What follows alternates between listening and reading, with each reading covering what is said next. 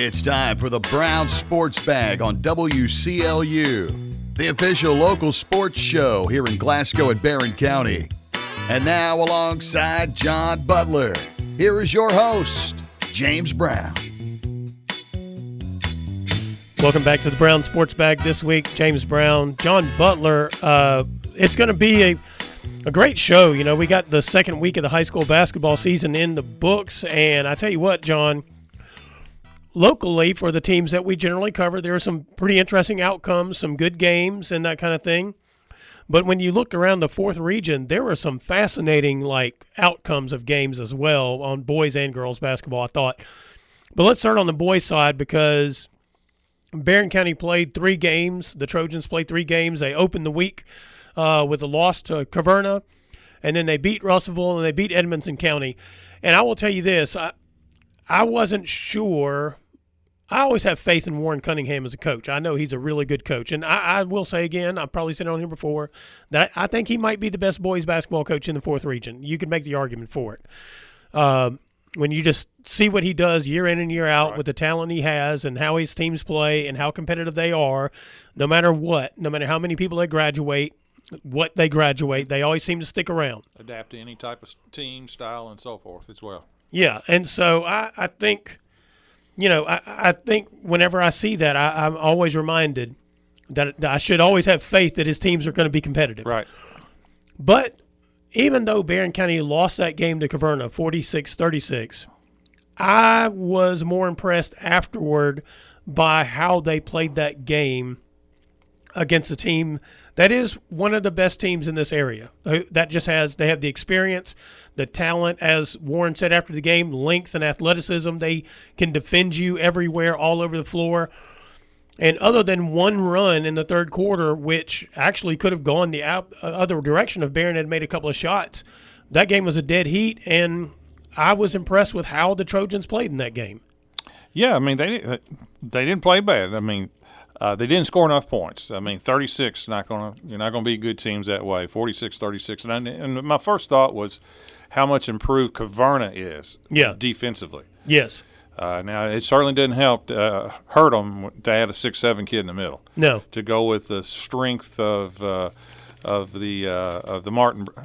That's right. Yeah. Tyson and Kenyon Martin. Yeah. Right, the Martin brothers and so forth, and Maxie's Long and so forth. So Caverna, with the new coaching system, is so much, I think, more solid, better defensively. Yeah. So they're going to cause a lot of teams trouble. But Barron still wanted to shoot the ball a little bit better, but they competed, 46-36 against arguably a top 15 team in the state this time of year. And, I think Warren said it best afterwards, too. He said, these games that you play these teams early, the really, really good teams, if you should really grow by them if you learn from them. You got to learn from them now. If you don't learn anything as a player, then it probably doesn't do any good. But those are the games that you can really, really move yourself forward down the road because they're not going to face a lot of teams. Warren Central will be be as good or not better. Yeah. But they're not going to face a lot of teams as talented as Caverna. So to compete with them and lost, but I thought they competed well. Was a real good sign for them. Well, and I thought going back to what you just said about what Warren said after the game, what you learn from playing against these good teams, it tells you a lot. And I thought the 2 games that they played after that against Russellville and against Edmonson County, now neither of those teams are as good as Caverna. They're certainly not as good at defensively as Caverna. I thought that Barron, you could see the things they learned from that game, like how to take advantage of their advantages, and they made more open shots and that kind of thing.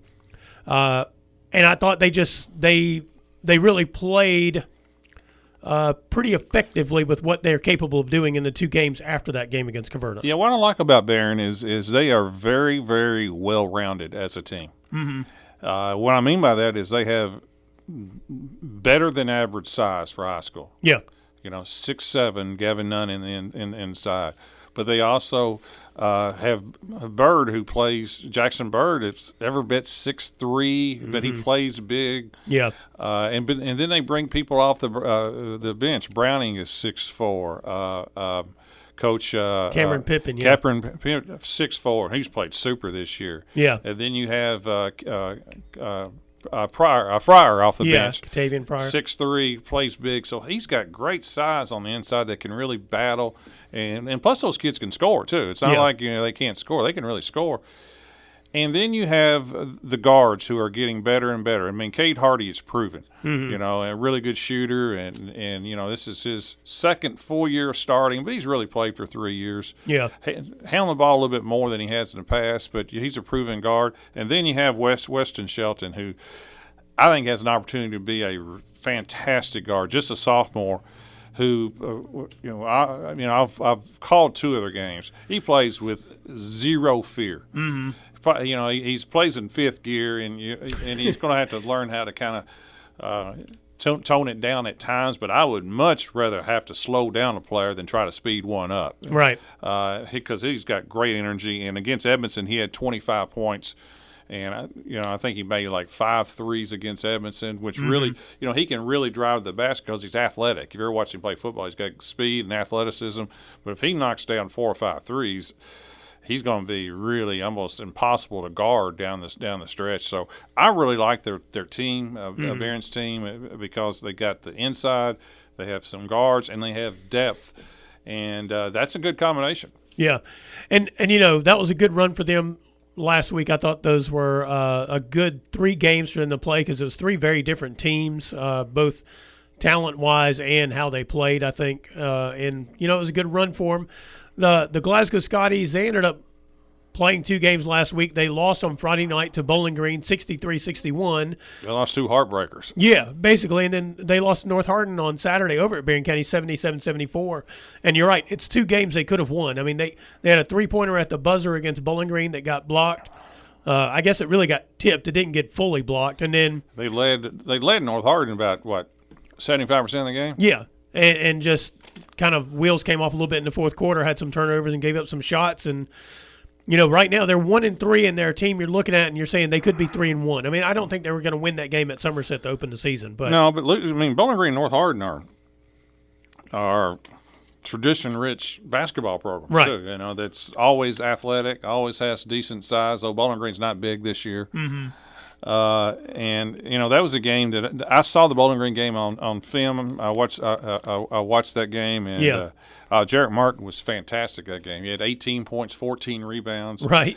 Kind of similar to the Greenwood game in which he was lights out in the second half. And when he plays that way, when he plays with his energy level at that level and is aggressive, taking the ball to the basket, and is really aggressive on the boards. Yeah. Glasgow is a totally different team. Right. And he played well. I thought Jalen Bradley had a good game at 16. And Jeremiah Moore, he's a really good on-ball defender. Yeah. He had 12 that game. And again, they had leads against Bowling Green as well. I mean, that game could have gone either way. And, Bowling Green made a few more plays down the stretch. So I know it's, Bowling Green is not as good this year as they've been in the last so many years. It's still a feather in your cap anytime anybody in this region can right. knock off a Bowling Green, just confidence-wise. And then against North Hardin, I know that's a disappointing loss because they led most of the game. And Jarrett Martin only played, 8 minutes, 10 minutes? Yeah, something like that. Yeah, kind of tweaked his knee a little bit. I think he's going to be okay, but Coach Stockton didn't put him back in. And so they had to go a long way without him. And, again, Bradley had 20. I think Carter Hodges was a kid that kind of stood out to me. He had 17 points, 9 rebounds. Yeah. He played really well. And just a game again could have won. Yeah, I'm not going to say should have won because they've gone back and forth. This is a game that either team could have won, but Glasgow was in position to beat both Bowling Green and North Hardin on back-to-back nights, and didn't get either win. But it's one of those where they lost the battle, but they may have won the war long term. The confidence-wise that could come to them. Yeah, it's as Coach Cunningham said, it's what you learn from these games. That right. And I guess part of what they're learning maybe from these games, even though they won the nail biter with Greenwood and lost 2 other nail biters, is trying to figure out the different ways to close games. You know, that every game they play this year looks like is going to come down to be played like this. I agree. I think they're playing consistently harder this year too. Yeah. To me, their energy's better, and consequently they're in these games late in the games too. So I mean, and they played. Their schedule's been good. Somerset, Greenwood, Bowling Green, North Hardin. That's 4 good games. Yeah, good teams. No pushovers there. No. And then we talked about the Colonels beating Barron to open the week, and then they beat Greene County 70-34 on Friday night. They lost their first game of the season at Bardstown to Christian Academy of Louisville, 60-54. And Cal was 0-2 in their first 2 games. But if you look at the 2 teams Cal opened the season with, that was Seneca and North Oldham, which I think are 2 of the better teams in their respective regions. I know North Oldham is really good. Yeah. I don't know anything about Seneca. Seneca's already beaten Eastern. I think their only loss this year is the Butler by 7. Okay, so, I figured though. I mean, that's where Coach Riley is. He left Owensboro Catholic. He took the Cal job. That's right. I don't think he'd go to Cal if they didn't have players. You're right. He's not going anywhere if they don't have players, right? That's right. So, you know, that was their first loss. And you look at it and you think, okay, you know, curious to see how this goes, because it could be the kind of thing where they played a rival on Friday night and beat them handily. In fairness to Greene County, though, that rival is slowly depleting. They've lost some wheels. Eric James Jr. is no longer on the team. Yeah, and he was their best player. And, he didn't play, and they're kind of in a major scramble mode. So to beat them that bad, I take it a little bit with a grain of salt. Still, you know, a good win so far, but I take a little grain of salt. And Caverna's still, as far as I know, getting their players. Yeah, Gavin Lightning still hadn't played. I think he's supposed to start playing this week, from what I remember. The only thing that I think Caverna's really good, definitely a top 20, top 15 team. The only caveat I would say is their outside shooting. That's the only thing that would worry me a little bit. Yeah. Consistent outside shooting. Yeah. I mean, I know they can make. I mean, Jalen Crane can make some, but you know that's the one factor. Maybe Lightning's a 3-point. I don't know. I don't know what he brings. I know he's a good athlete and so forth. But that'd be the only thing, you know, down the stretch against a team of equal talent, you know, that could be an issue maybe. I think the interesting thing, if I remember correctly from the stats against Cal, Cortavian Maxey was 5 of 10 from 3 in the game, right? That's good. That is good. That's what you need right there. But I think they didn't take a whole bunch more, and nobody else. I think there was only one other 3 made. So I don't. They may have been 5 of 22 in the game from 3-point range in that game. Well, that's not good. No, it was the overall team percentage wasn't great. He was, though. That's right. And get back to the boys real quick on the schedule coming up this week. Barron is at South Warren tomorrow night. That will be a good game. Yep. And then on Thursday, and when we talk about the girls, this will be more critical on the girls' side. Barron hosts Allen County Scottsville. That girls' game will be between the top 2 teams in the 15th district. It's critical for the boys, too, yeah, because Warren East appears to be as down as any Warren East team I've ever seen in boys. Yeah. And to get the number 1 seed, I think you would want to get the number 1 seed this year in boys in particular. Yep, that's right. There's a pretty big gap. This seems like it. Unusual for the 15th district for there to be a 1-4 gap like we seem to be seeing right now. And then Glasgow, they host Franklin Simpson tomorrow. That's in one of these favorite tournaments that you like, John. It's a Class 2A sectional game. And then they have a critical game at Warren East on Thursday. So we got 2 15th district games coming up on Thursday night. Both are going to be, you know, big matchups, I think. And then on the girls' side, the Trojanettes are 5-0. They started, let's just be honest, they played Russellville, which is, I think Russellville's a pretty decent team. They have a good player. But they beat Todd County 74-10 on Saturday, and they opened the week beating Caverna 67-22, and then ended up beating Russellville 62-46. And Coach Piper Lindsay wasn't particularly happy after the game because she didn't think her team played well against Russellville. Well, I don't know where to start. I mean, the girls are 5-0. Yeah. And, you know, I saw the game against E-Town, and I called the Russellville game too. I know I've told you, you know, I think they're the best team in the region. Yeah. I'm not for sure what they got out of last week. in fairness, I mean, the Russellville game, they had to play the whole time. Right. Because Russellville is better. They got a really good 8th grade post player. Mm-hmm. Their point guard will be better. Mm-hmm. And they seem to have something going a little bit. And you can see Russellville kind of took care of Glasgow on Saturday, too. So right. there's something there with Russellville. Shelby Bird was fantastic. She had 29. Mm-hmm. And where Barron really struggled, she had 29 out of the 62. Right, yeah. But, and maybe that's what Coach Lindsay was not so happy about, was the balance of scoring or whatever. I don't know. Maybe, but you're just not used to seeing Russellville being very good in girls. I guess that's true too. But if you just watch the game, you can tell. Yeah, they've got something. There's something there with them. But I don't know what to say about the Caverna. Todd Central at one time, I think it was 33-1 at one time. Yeah, I know it was 24-0 at the end of the first quarter. Is that right? Yeah, I think Shelby had the first 17 of the game, 17-0. So, it's Todd Central's way down. Yeah. You just don't want. To me, you don't want too many of those. Yeah. And Caverna and Todd Central, and unfortunately, they got South Warren tomorrow, and South Warren's way down. Yeah. Way down. Before you have to rev it up for an Allen County game on Thursday. Right. Now, maybe it won't matter. I don't know. But to me, would like to have played a tougher stretch headed in that Allen County game. Yes. Especially, when you are fairly loaded with experienced players and so forth. I would want that, to be honest with you. And I'm just confusing to me at the Bowling Green tournament that Bowling Green puts on, 4th Region Challenge, which is I wish it's 4th versus 5th or 4th versus 3rd. I think it'd be a much better concept. Yeah. Why they would match them up with Todd Central, that doesn't make a lot of sense to me. Other than they may not play each other, maybe that. But there's 3 or 4 teams that not even playing in it. Yeah. So that didn't do any team a whole lot of good. But that thing seems to have the matchups this year. They seem to be way off. They've been better in the past, and maybe the expectation was they were going to be closer. I don't know.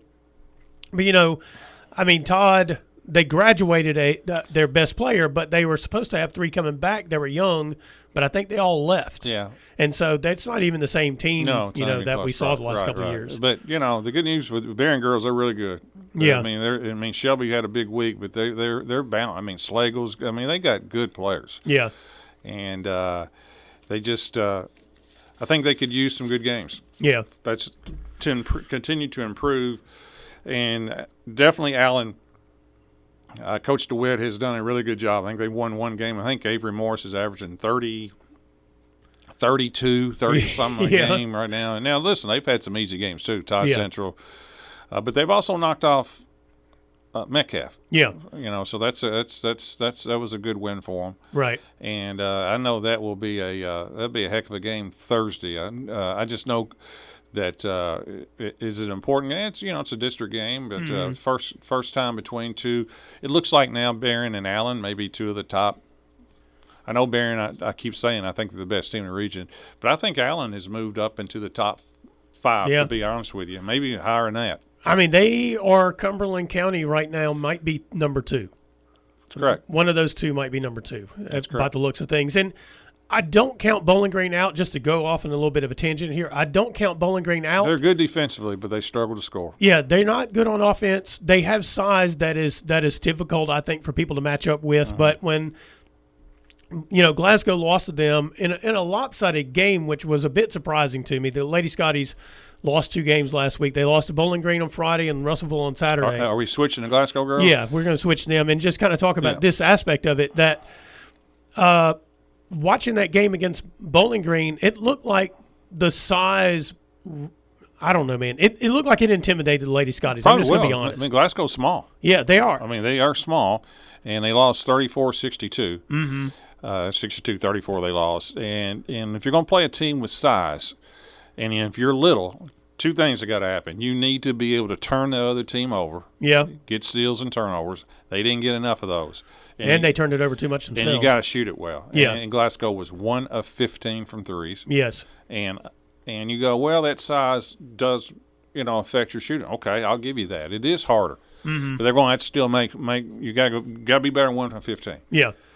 but they were 11 of 23 from the free throw line. Yeah. Now, last time checking, they're not guarding your free throw. Yeah. And they just shot it poorly all the way around. So you cannot beat good teams. And then the next night against Russellville, they were only 10 of 20 from the free throw line. Yeah. And those are things that Glasgow, if they want to, and they are better than they were last year. Yes. Jacali Green has really helped them. Yes. But they're going to have to start, you got to make free throws. You can't be 50% free throw shooting team, basically, and that's kind of where they are right now. Right. And win close games, or maybe you can win close games, but you're not going to beat good teams that way. Yeah. Well, and the thing about both those games was that and size hurt them because Russellville's best player is that eighth grader. She's about 6 foot. I mean, it's what Coach Kirkpatrick said when she came in here. They knew that people are going to be bigger than them. They've got to beat them down the court. They got to hit the easy shots. That's correct. And that includes when you have an open three, they got to go in. And Glasgow was in. That game was close throughout. Yeah, they pulled away in the fourth, I think. Which surprised me because Russellville didn't have a lot of depth either. But No. Jacali Green had 22. I think Reese England had 16, the eighth grader. Yeah. Another good. She was 4 out of 9 from three. Mm-hmm. I mean, after watching Russellville and watching Glasgow, I can see how Russellville could beat Glasgow. Yeah. Because of that dominant post player. Right. But the rest of the players kind of match up okay. So maybe that was clearly the difference. I didn't get to see that game or whatever. But, Glasgow's 2-2. I think they're unquestionably better than they were last year. Yeah. They just got to kind of continue to improve, work on their – their shooting needs to continue to get better and so forth, and big teams will be a problem. I think another thing for them is when they step on the floor and the team is bigger, they've got to trust that what they're going to try to do is going to work, because they have to believe that they can still win that game, because that game against Bowling Green, they kind of played it the whole time as if they had already lost it. It looked like to me. If you're not big, and they're not big. No. You also got to almost play harder than the other team. Yeah, you got to out-scrap them That's for correct. every loose ball, and you cannot give them free baskets with turnovers and things like that. That's what you got to do, yep. Yep. And then finally, one last thing I want to mention. This is only on the boys' side, really. Caverna hosts LaRue County tomorrow night. The girls' game doesn't really matter. I only say that because I think Greene County – look, LaRue, Hart, and Caverna are not very good in their district this year. Greene County is the best team in that district. When I say it doesn't really matter, maybe it does if you want to get the 2 or 3 seed, but all 3 of those are playing for second, third, fourth in that district right now. Well, Greene's not great. Well, they're not, but LaRue, Hart, and Caverna are really struggling this year. But that boys' game has turned out to be between the 2 best teams in that district, and that's going to be a barn burner over there. It is now, yeah. LaRue is clearly better than Greene with all the turmoil that's happened at Greene, yes. Yeah, and they're both better than Hart. LaRue beat Hart pretty handily on Friday night. So that's going to be a heck of a boys' game tomorrow night over at Caverna as well. I agree. Anything else on high school basketball you can think of, John? No, got a big tournament this week. I'm planning on going for a couple of days. King of the Bluegrass. Yeah, you're going to go up there? LaRue's playing in it. Grayson County's playing in it. Warren Central's playing in it. Yep. So, I plan on going at least I know I'm going the first day. So, check it out. Yep, that'll be a big one. All right, this is Brown Sports Bag presented by McDonald's of Glasgow. We'll be right back. Welcome home to Local Sports with James Brown and the Brown Sports Bag on WCLU. Welcome back to the Brown Sports Bag presented by McDonald's of Glasgow. This is James Brown here with John Butler. John, let's talk some NFL. You know what's not going to happen this year? What? The Kansas City Chiefs will not play in the Super Bowl. And, it was horrible to see it end like this. I'm not saying they weren't going to lose the game anyway. That's why Patrick Mahomes is out there trying to make a play with less than 2 minutes. Was it 1:34 to go in the game? They're down 16-13 to the Chargers, the team they opened the season with a loss to. And he's scrambling around doing what Patrick Mahomes does, and it basically you could see his knee just kind of hyperextended and twisted one way. Then they did the MRI and said he had a torn ACL, and so he's out. Carthage, Mississippi's finest, Gardner Minshew, will be the quarterback for the rest of the season. Yeah, 3 games left. They're out. They're they've officially been eliminated from playoffs. Yeah, that's right. So I mean, their season's not done, but their chance of getting to the Super Bowl. Yeah, is. I hate it for Mahomes. I like Patrick Mahomes a lot, and to go down with a ACL is the ACLs are very recoverable now, but still the process of getting back is it's a tough rehab. Many months, and so with Kansas City, they just one of those years. I think, to be honest with you, they're physically, maybe more than physically, just mentally fatigued. Yeah. They've played more games the last 3 years than any other team. They went back-to-back Super Bowl champions. So you're playing right there 17, 20, or 21 games each year. Last year they got to the Super Bowl and lost. Yeah. And that's just a lot of extra football. Travis Kelce is basically, he's lost a step. I think he's going to retire. Yeah. And I just think it's just kind of caught up. Last year they went 15-1, but they won all these close one-score games, and sometimes that just flips on you. Sometimes it is like fool's gold in a way. Yeah, sometimes it is just you get complimented on you really know how to manage the game and this and that and all that, but sometimes there's some luck involved, like blocking a field goal at the end, or things like that they kind of did, and sometimes the next year that comes back and just gets you. To be honest with you, and I just think is there run over? Well, for this team, yes, but Patrick Mahomes is just 30. Yeah. Now, Andy Reid, the coach, is 70. I don't know how much longer he'll go. So they're going to have to kind of reboot, recycle, and that's what all teams have to do. New England had to kind of do that too. Yeah. There are kind of three phases of Tom Brady's career when right. you look at the New England run. So this is not, it's not something that's This is not something that's that strange to me. It's just in a salary cap league. It could be a salary cap league. Yeah, it could be a salary cap. But in a salary cap league where you can't sign all your good players, sometimes you had to get rid of them and things like that. This is inevitable. Well, and if you look at, you mentioned the number of games just in the last 3 seasons, but if you go back and you look at their 6-year run, basically, they've probably played a season and a half more than a lot of other teams, the players who have been there the whole time. That's exactly right. And I do think it's probably, they need a break. Mm-hmm. That's just the way it goes. And I will say this, too. I will say that if the Buffalo Bills do not win the Super Bowl this year, that will be a problem. And I say that because the team they can't beat, they've not been able to beat, is out. So they don't have the Chiefs in front of them. The Ravens are obviously not the threat we thought they were going to be when the season started. Anything can probably happen, but Lamar Jackson does not look like the same player right now that he looked like in the first week of the season, honestly. Well, I think that's interesting. I've heard that mentioned several times, and I don't know if I agree with that. Really? Yes, because I think it's the worst Bills team they've had in probably 3 to 4 years. Their defense is terrible. Well, that is true. I mean, their defense is not good at all, and this is basically Josh Allen. I mean, Josh Allen is by far, I don't think he's the best player in the game. Yeah. I felt that way for the last couple of years, but he's an incredible player. I mean, you just look at that game on Sunday. Yeah, I mean he single-handedly won and that they're thing. going to have to win 3 road playoff games, too. Yeah. So, Patrick Mahomes is out. Josh Allen has outplayed Patrick Mahomes a couple of times. Yeah. His team still lost. His team still lost. And so they're going to be out. Baltimore doesn't look as good. No.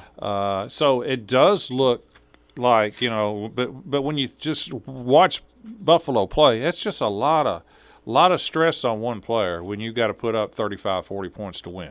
And that's a ton. Now, the running game is good, and the offensive line is good, but their receivers are probably below average.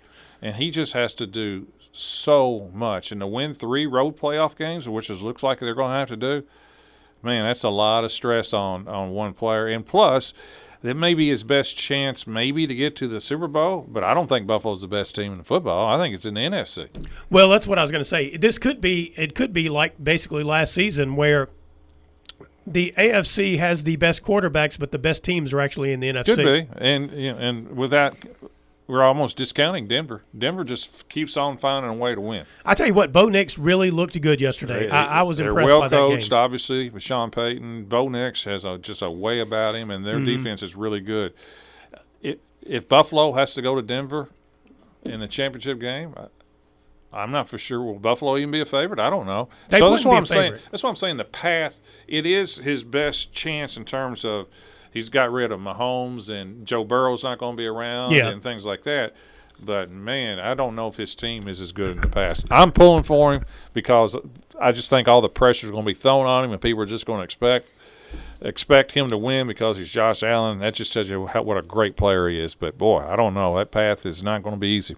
Well, as we were discussing this, it struck me that his where he is right now, Josh Allen that is, it's kind of like the mid-stage of Dan Marino's career, where the Dolphins had good offenses and they had good receivers and they never had a good enough defense to even get to the Super Bowl. Yeah. And Dan Marino was clearly the best quarterback in the NFL in terms of just throwing the ball and being able to do everything on the field throwing the football. But his teams just never were good enough to even get to the Super Bowl. Well, I hope they can. I'm pulling for them. But it will not be easy because the Rams are high level. The Rams look like the best team to me right now. They are really, really, really good. In the NFC, who knows about Philadelphia? You know, they're defending champions. They're not out, to say the least. So, you still have those two teams and so forth. But and then you're still looking at Denver, who's obviously for real. Yeah, I think another thing going back to the NFC that's pretty interesting is I still could find probably 5 teams that I think could get to the Super Bowl, just depending on how things break. Okay. I think the Rams are the best team. I do too. But obviously Philadelphia has the experience, and when their defense plays well, they might have the best defense. Well, the NFC, then you're Chicago is good. I don't think they're a Super Bowl team yet. I know they're fabulously coached. Yeah. Green Bay just took a monster hit. Yeah, with Micah Parsons going out. He's out, but they lost that tight end, Tucker Kraft, a few weeks ago. And they've got some other major injuries, so that's a lot to overcome. When you start losing those type of players. Yeah. Detroit's still around. They don't seem to be as good as they've been in the past. Defensively, they're not very good at all. So you got Seattle's defense is great, but their offense is suspect. But that's why I say up and down. That's why I say I could find 5 teams in the NFC. Clearly, I think the Rams are the best team. I do too. But I could find 4 other teams that I think could get to the Super Bowl depending on how things go. Yeah, just because of the way the playoffs sometimes are, the frenetic situations in the playoffs. I agree with that. And sometimes you get coaches in the playoffs and you see how they coach during the regular season and it's all well and good. They make some of the decisions in the playoffs and you're like, I have no idea. I mean, they get – Well, you have that are left in the playoffs. There are three coaches that have won Super Bowls that are left. Yeah. The Eagles. Yeah. Sirianni. Yeah. The Rams. Yep. Sean, whatever his name is, I forgot. He's Super Bowl champion. And don't forget Denver, Peyton. That's right. Sean McVay. Yeah. I tell you, those 3, and Kyle Shanahan has been to the Super Bowl a couple times. Yeah, I was going to say, and we haven't even mentioned the 49ers just because I don't – who are getting healthy. Yeah, I've looked the whole season, and they keep winning games, and I'm like, I don't know how they're doing it because, as you mentioned, most of the season, a lot of their key players have been out, and they still managed to win these games. So they're another team that could get in the playoffs, and you give them a one-off situation between them and the Rams, and it could go any way. Well, they've already split this year. Yeah. So I guess when you kind of look at it, I mean, you like to bet. So if you're a betting man, who would you put your money on to win Super Bowl? I like to bet on horses. I don't really bet sports or whatever. So if you took all these teams we mentioned and turned them into horses, which one are you taking? I don't know. I'll be honest with you. Yeah. My heart goes to the Bills. Yeah. But I really I don't like to do futures anyway because of, and especially when you're talking about NFL football, you're like, say that Kansas City was 12-2 and Patrick Mahomes tore his ACL. Yeah. That just throws everything out of whack. But right now, I do think there's something with Denver and Buffalo. I think they got some mojo going for them, and I like San Francisco, and I do like the Rams. Yeah, I guess right now I would take the Rams just because I know that the coaching staff's been there, and the players that they rely on have also been there outside of Puka Nacua, I guess. Yeah. But that organization has the memory of getting to the Super Bowl and winning. They do. All right, it's the Brown Sports Bag presented by McDonald's Glasgow. We'll be right back. This is the Brown Sports Bag with James Brown on WCLU.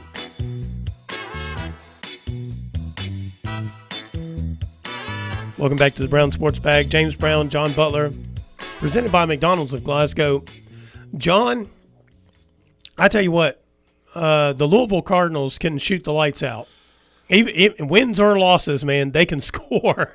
And they've got how many 3-pointers did they make in that game against Memphis? Do you know? Did it end up being a school record before it was all said and done?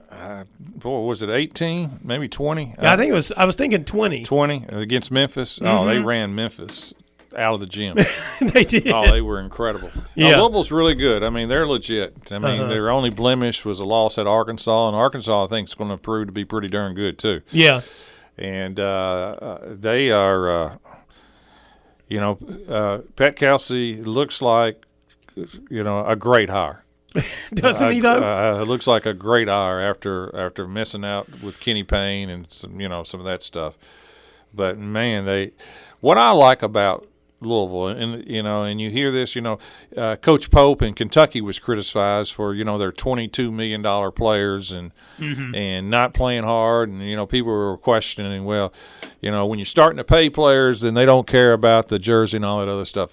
And I went, no, there's players all across, there's teams all across the country that play hard and get paid, right? And just got to watch Louisville play. They play. They obviously shoot it great because they got, as part of their system, they shoot it real well. They got a big-time point guard.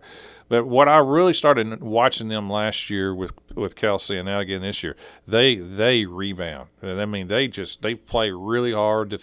They play hard defensively. Sometimes they give up points because they like the pace to be up. Yeah. But, man, do they go after the boards and so forth. They are a tenacious team. Clearly a top 10 team. Are they good enough to win it all? Yes. Certainly offensively. They certainly are. They're good enough. I do like Michigan. Michigan has just wore people out this year. They're really good. Arizona is really good. I was pretty impressed with Arizona when I watched them Saturday. Yeah, I think it was. Duke's good. I think Louisville, is right maybe below that group right now. Good news with Arizona, they tend to come back down to earth. Yeah. From in the past. So we'll see. But yeah, Louisville's for real. Yeah, and I started off by talking about the beating they gave Memphis, but I mean they also beat Indiana last week, which was the game of the week. Last Saturday. Yeah, last Saturday, which was the game of the week at that time. I don't think we mentioned that game much last week, but yeah, they just when you look at what they're doing, I mean they're just putting up so many points per game. It's just an impressive. It's fun. It is honestly to watch a team, and they got Tennessee coming up, and maybe this week. I'm not for sure. They have It's tomorrow night. Okay, all right. That'll be a good challenge, too, because Tennessee's physical. Yeah. Yeah, it's fun to watch a team that plays at the pace they do with the confidence they do, and they just believe in what they're doing. They really do. And, they definitely have a culture. You can see that it's been 2 years. The players may have changed, but their style and their it's kind of stayed the same, which tells me it's Kelsey has got this culture going. Mm-hmm. And then I don't know, is Mark Pope off the hot seat after the Gonzaga situation or not? They got to win over Indiana, so you got to give them credit. Yeah. Was it a great game to watch? Not really, but they found something to beat in Indiana. And what they found is to me, he shortened the bench. Yeah. He didn't try to play 10 or 11, and they played tougher. I mean, they still didn't shoot it well. But the kid, I think it's the Alabama transfer, I forgot his name, who has set out the last 4 games with an ankle injury. Mm-hmm. He was back in the lineup, and he had a double-double. He had 14 points, 12 rebounds. Yeah. Diabate or whatever his name is. I can't remember his name. And they played hard and did a great job on the boards. They still didn't shoot it well. Yeah. And the point guard who's been hurt played better too, the left-hander from Pittsburgh. Mm-hmm. They look better. I still don't like offensively. I don't think they shoot it really well, and I don't know if they're going to be good enough really offensively to beat really, really good teams. But that's how they're going to play. They're going to have to really hit the boards and play hard and so forth. And it was good to watch them, where a lot of people have accused them of almost quitting against Gonzaga and things like that. Yeah. They definitely didn't quit. And they were down 8 at halftime, too, against Indiana. They were down like 38-30 or 38-31. So it took something from them within to come back and get a win, and give them credit for that. Yeah, I meant to say that the Kentucky-Indiana game was the game of the week, at least in our state, so to speak. But, if you're not going to shoot the ball well, you better crash the boards and you better defend. Right. And maybe that's what's happened here is that this team, these players thought they're going to be better offensively than they are. And so most players think that. Yeah, and so the coaches hadn't done a very good job of convincing them no matter what is happening offensively, you got to do these things. That seemed to be the struggle early in the season. The game earlier in the week, he sent a message. 2 players that had been playing a lot didn't get in the first half, including the point guard, and he finally put them in the second half. So that tells me there was a message. And then Brandon Garrison, who's been much maligned this year, post player, played about 7 minutes against whoever they played before they played. North Carolina Central. Yeah, North Carolina Central. Turned it over and basically jogged back to the second half, jogged back on defense. And Coach Pope called timeout, and for the first time that I've seen in 2 years, he got on a player. Normally that's not his manner. Yeah. He doesn't like the confrontation and so forth, but he got on him hard and did not put him back in. And, there occasionally there comes teams where you can't really be a good guy and you don't really feel good about yourself. I remember, there's been a couple of years that I coached where you just had to stay on them a lot, and sometimes that's not a lot of fun to coach that way. Where you're exhausted when you go home, and you don't like to be that way. But sometimes you run across a team that maybe you just have to kind of be more the bad guy at times. You don't really have a player who's the motivator, so the coach has to be the motivator in those situations. And it's generally, I don't know if it works long term. Yeah. I just don't know. If you got to always be the motivator and the screamer and yeller, you can get by certain games. I don't know long term that's going to work. I'm talking about just for a year. Yeah, it would seem like it wears out the welcome at some point in time, and people just think you're screaming the scream, and they stop getting the message. If you got to motivate people to play hard, that's generally not good. Yeah, I've had coaches tell me that before in situations. They're like, if they're not motivated to play, there's nothing I can do for them. Yeah, that's generally not a good sign that you got to encourage people to play hard, to run back on defense. Right. That's generally not what you want to be doing. Yeah. Meanwhile, tonight, WKU, which is 6-3, they host Campbellsville, John. And here's a little interesting thing about Campbellsville. The number 3 scorer, number 2 rebounder is former Barron County Trojan Eli Brooks for the Tigers. Very proud of Eli. That's correct. You could tell in high school that he was going to get better after he got out of high school more because he was just so thin. Yeah. He was so thin and raw and grown so much. It's hard to be agile and strong when you're growing like I think he's about 6'7" now. Yeah. 6'7" and a half and so forth. So he went to maybe it's a junior college or a prep somewhere up in Pennsylvania his first year, and then has transferred back, and he could always shoot, and now he's strong and can shoot and always could jump too. So He's a good kid too. I'm really proud of Eli. He's really, really come a long way, and I know that he'll be excited tonight against Western. Yeah. So if you're going down there, or if you didn't think about it and you want to get down there and watch, you can go watch Eli play down there. It's also on ESPN Plus. There you go. Or you can stay at home and watch ESPN Plus. That's right. Anything else on college basketball before we get out of this segment? UK does play St. John's this week. That's right. That'll be an interesting one. It's a neutral court, but it is, Coach Patino. Yeah. Anytime Patino's facing one of his old teams, everybody's really Old fired up teams about it. and old player. And his former Yes, player. that's right. Who he actually lobbied for Pope to get that job at Kentucky. And that was Mark Pope was on the championship team. Rick, in 19, what was it? Is it 96, 95? 95, 96, one of those with Anthony Epps and Pope and all those on that team. Yeah, I think they have a real close bond. Yep. All right. Well, this is Brown Sports Bag presented by McDonald's of Glasgow. We'll be right back. This is the Brown Sports Bag with James Brown on WCLU.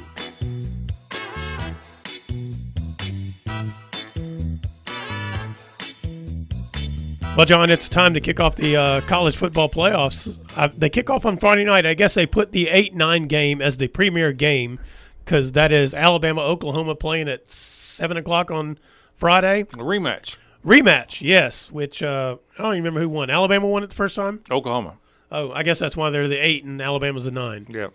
And then Saturday there are 3 games, 2 that'll be, meaningless probably? Well, they're all meaningful. It's the playoffs. if you lose, you go home.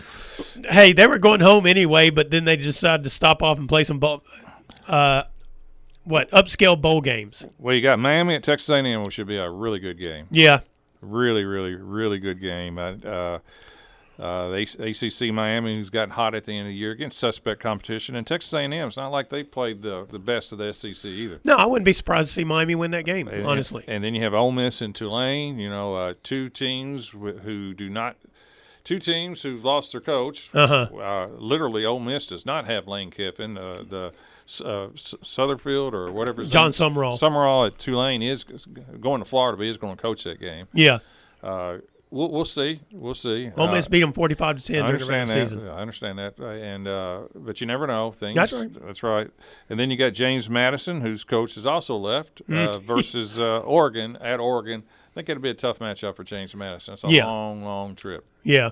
So that'll be well, at least, look, the football playoffs are here. We wanted 12 teams. We got 12 teams, and here we go. Well, I think the interesting thing about Oklahoma and Alabama, if Alabama loses, there's going to be a whole lot of – does DeBoer – I know he said this week he's committed to Alabama, but does he think twice about the Michigan job, who Michigan clearly wants him? To quote people that I can't mention on air – I'd go. Yes, that Alabama job is not as good as you think it is. Apparently, being at Michigan is much better. Well, but here's the difference: succeeding Saban is almost impossible. Succeeding the disgraced fired coach at Michigan, that's kind of what you want to do, to be honest with you. Yeah, you're the savior if you go to Michigan. At Alabama, you're the guy. You're the bridesmaid all the time. Who, if they lose against Oklahoma, has lost 4 games both years, right? Well, yes, and here's the thing. They always say you don't want to succeed the legend. You want to succeed the person who succeeded the legend. That's right. You want to have enough time so that the fan base can go, oh, that wasn't the guy. And then you come in, they give you a little bit of wiggle room because you're not taking over for what they believe is a stacked deck in your favor. Right. You're taking over a program that's kind of gone down a little bit. Both are top 5 jobs. Yeah, of course. Yeah, both are top 5 jobs. You can lose 3 games at Alabama and still make the playoffs. So correct. There's that. There's probably more pressure at Alabama than Michigan. I guess. I don't know. I would say so, just because of the way the fan base is and the recent history of how dominant Alabama was as a program. They still believe that they can be that program. Yeah. And they've had 2 windows of time where they have been that program on the national stage. And so, obviously, the fan base and the money in Alabama says, hey, if we can do it twice, we can do it 3 times. And they say we can do it all the time, as a matter of fact. They've managed to get rid of coaches who have won national titles, who didn't have the greatest year the next year. Alabama's a pretty rugged job. Yeah. It's like being, the coach of the New York Knicks or Kentucky basketball. Or Kentucky basketball. Yeah, it's one of those kinds of situations. Right. All right. Well, thank you, John. This is the Brown Sports Bag presented by McDonald's of Glasgow. James Brown, John Butler will be back next Monday at 4 o'clock. You've been listening to the Brown Sports Bag on WCLU. Be sure to join James and John again next Monday at 4 for another edition of the Brown Sports Bag.